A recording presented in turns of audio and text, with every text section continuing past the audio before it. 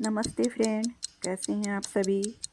मैं बिहार की बेटी, झारखंड की बहू, आप लोगों का मम्मास ब्लॉग में बहुत बहुत स्वागत करती हूँ। मैं सीमा आज आपके ब्लॉग में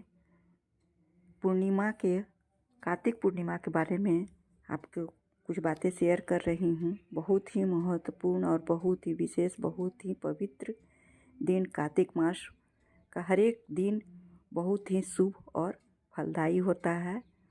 तो ये कार्तिक मास का अंतिम पूर्णिमा दिन होता है, जिसमें पूर्णिमा व्रत का बहुत ही महत्व है, गंगा स्नान का बहुत ही महत्व है।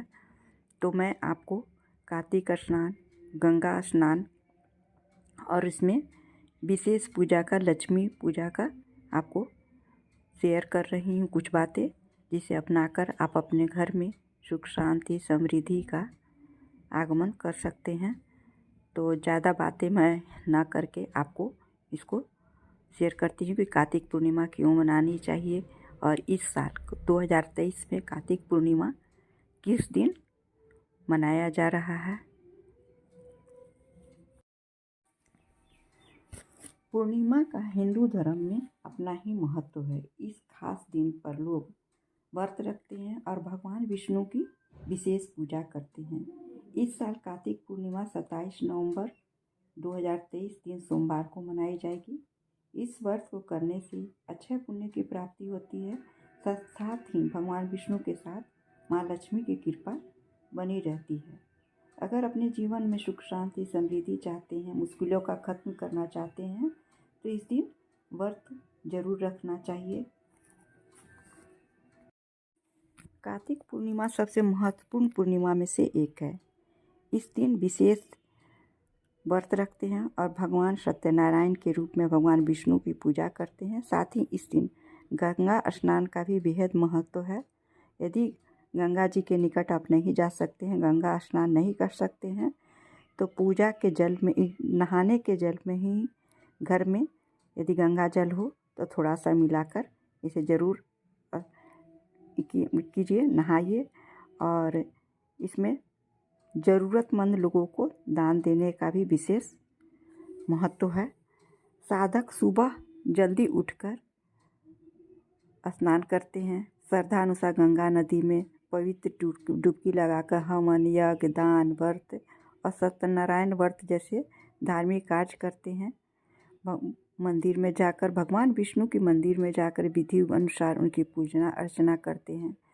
शुभ दिन पर मंदिरों में दिया जलाते हैं। इस दिन देव दीपावली का भी बहुत ही महत्वपूर्ण है।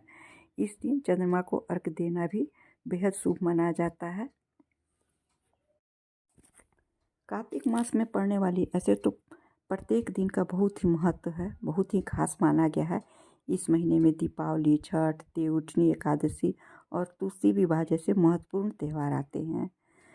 अब वैकुंठ चतुर्दशी सभी पर्व आते हैं और इस दिन सभी बहुत ही नियम धर्म से, पवित्रता से पूजा करते हैं। तो इस माह में श्री हरि की पूजा के लिए खास माना जाता है और देव दीपावली के रूप में भी इस दिन चारों तरफ दीपक जलाकर देव की आराधना की जाती है। इस दिन चंद्रमा और माता लक्ष्मी की पूजा करने का विधान है। तो सुबह में आप कार्तिक पूर्णिमा को सुबह में आप सत्यनारायण भगवान की कथा सुन सकते हैं, पूजा का आयोजन कर सकते हैं। इससे आपके घर में सुख शांति आती है। कुछ उपाय भी कर सकते हैं आप, जिससे आपके जीवन में सुख शांति समृद्धि बनी रहेगी। इसका भी मैं कुछ चर्चा आप लोगों के साथ आगे कर रही हूँ। धर्मशास्त्रों के अनुसार कार्तिक पूर्णिमा के दिन माँ लक्ष्मी प्रसन्न मुद्रा में पीपल के पेड़ पर वास करती हैं। कार्तिक पूर्णिमा के दिन सुबह स्नान करके अन्न जलन करने से पहले पीपल के पेड़ पर दूध में शक्कर मिलाकर चढ़ाए। ऐसा करने से माँ लक्ष्मी आपसे प्रसन्न होती हैं और उनकी कृपा से आपके जीवन में सभी आर्थिक संकट दूर होते हैं। कार्तिक पूर्णिमा की रात माता लक्ष्मी की पूजा विधि विधान से करें।